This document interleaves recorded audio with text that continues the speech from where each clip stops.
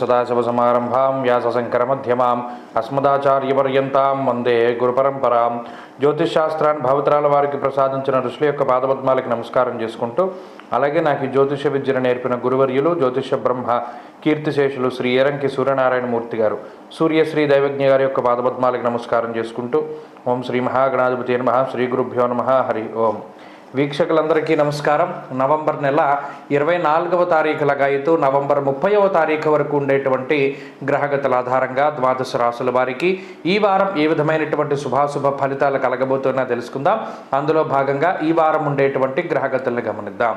ఈ వారంలో వృషభ రాశి యందు గురుడు వక్రించి సంచారం చేస్తూ ఉన్నారు. అలాగే కర్కాటక రాశి యందు కుజుడు, కన్యా రాశి యందు కేతువు, వృశ్చిక రాశి యందు రవి బుధుడు వక్రించి సంచారం చేస్తూ ఉన్నారు. అలాగే శుక్రుడు ధనురాశి యందు, కుంభమందు శనేశ్వరుడు, మీనమందు రాహువు ఉండగా చంద్రుని యొక్క సంచారము సింహరాశిల గాయతూ వృశ్చిక రాశి వరకు ఉండబోతూ ఉన్నది. ఇటువంటి పరిస్థితుల్లో ద్వాదశ రాశుల వారికి ఏ విధమైనటువంటి ఫలితాలు కలగబోతున్నా తెలుసుకుందాం. అందులో భాగంగా మొదటిది మేషరాశి. మేషరాశి వారికి ఈ వారం సాధారణమైనటువంటి గ్రహస్థితి గోచరిస్తూ ఉన్నది. ప్రత్యేకించి అనుకూలించేటువంటి గ్రహాల సంఖ్య 2. లాభస్థానంలో ఉన్నటువంటి శనేశ్వరుడు, అలాగే ఈ రాశి వారికి యోగిస్తూ ఉన్నటువంటి చంద్రబలం, ఈ 2 గ్రహాల యొక్క అనుకూలత కనబడుతూ ఉన్నది. ప్రత్యేకంగా గురుడు వక్రించినటువంటి ఫలితాలు, అర్ధాష్టమ కుజుని తాలూకు వ్యతిరేక ఫలితము, అష్టమ రవి తాలూకు వ్యతిరేకమైన ఫలితము, వ్యయరాహు యొక్క స్థితిగతులు, ఈ 4 ప్రధానమైనటువంటి ఇబ్బంది పెట్టేటువంటి గ్రహాలుగా చెప్పవచ్చును. ఇందులో ఒక్కొక్క గ్రహం గురించి చూసినట్టయితే ఈ వారంలో ప్రత్యేకించి పంచమ చంద్రుడితోటి వారం ప్రారంభమవుతూ ఉన్నది. ఈ పంచమ చంద్రుడు కొంత మానసికమైనటువంటి ఇబ్బందుల్ని కలగజేస్తారు, బుద్ధి చాంచల్యాన్ని కలగజేస్తారు. అనగా ఏ సమయానికి ఏ నిర్ణయం తీసుకోవాలి అనేటువంటి దాని మీద స్పష్టతని ఇవ్వరు. ఇక గురుగ్రహం ప్రత్యేకించి కోపాన్ని పెంచుతూ ఉంటారు. పై అధికారుల దగ్గర మనం ఎందుకు తగ్గి ఉండాలి, మన ఆత్మాభిమానాన్ని లేదా మనకు ఉండేటువంటి విలువల్ని ఎందుకు మనం తగ్గించుకోవాలి అనేటువంటి ఒక ధోరణి పెరుగుతూ ఉంటుంది.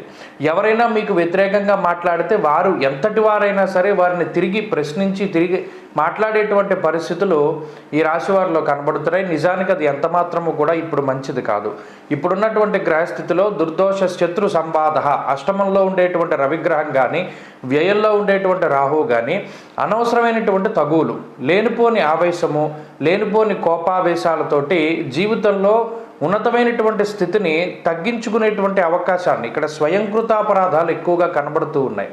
కాబట్టి మేషరాశి వారు ఎంతసేపు కూడా మీకు కొంత ఇబ్బంది కలిగిన చోట తగ్గి ఉండండి, లేదా కొన్ని సందర్భాల్లో ఎవరైనా మిమ్మల్ని కావాలని ఒక మాట అన్నా కూడా, మీ మీద లేనిపోని నిందారోపణలు చేసినా కూడా మిమ్మల్ని మీరు ఒకంత శాంతపరుచుకొని మౌనంగా ఉండి ఆ ప్రాంతం నుండి వెళ్ళిపోవాలి తప్పితే కొంత గొడవ పూరితమైనటువంటి ధోరణిలో కనుక మీరు ముందుకు వెళితే కొంత ఇబ్బంది పడతారు.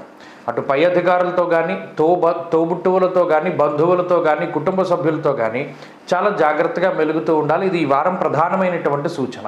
అలాగే ఈ వారంలో శరీరం అలసిపోయేటువంటి ప్రయాణాలు కనబడుతూ ఉన్నాయి. అలాగే అనవసరమైనటువంటి ఖర్చు కనబడుతూ ఉన్నది. ఆరోగ్యపరమైనటువంటి చికాకులు చిన్నపాటివి కనబడుతూ ఉన్నాయి.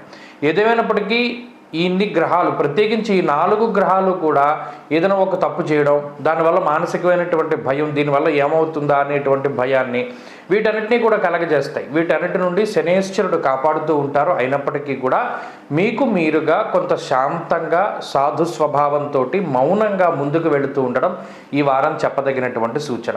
ఈ వారంలో ఈ రాశి వారు మరింత అనుకూలమైనటువంటి ఫలితాలను సాధించడానికై అర్ధాష్టమ కుజదోష నివారణకై సర్పసూక్తముతోటి సుబ్రహ్మణ్యేశ్వర స్వామికి అభిషేకం చేయించుకోవడం చెప్పదగినటువంటి సూచన.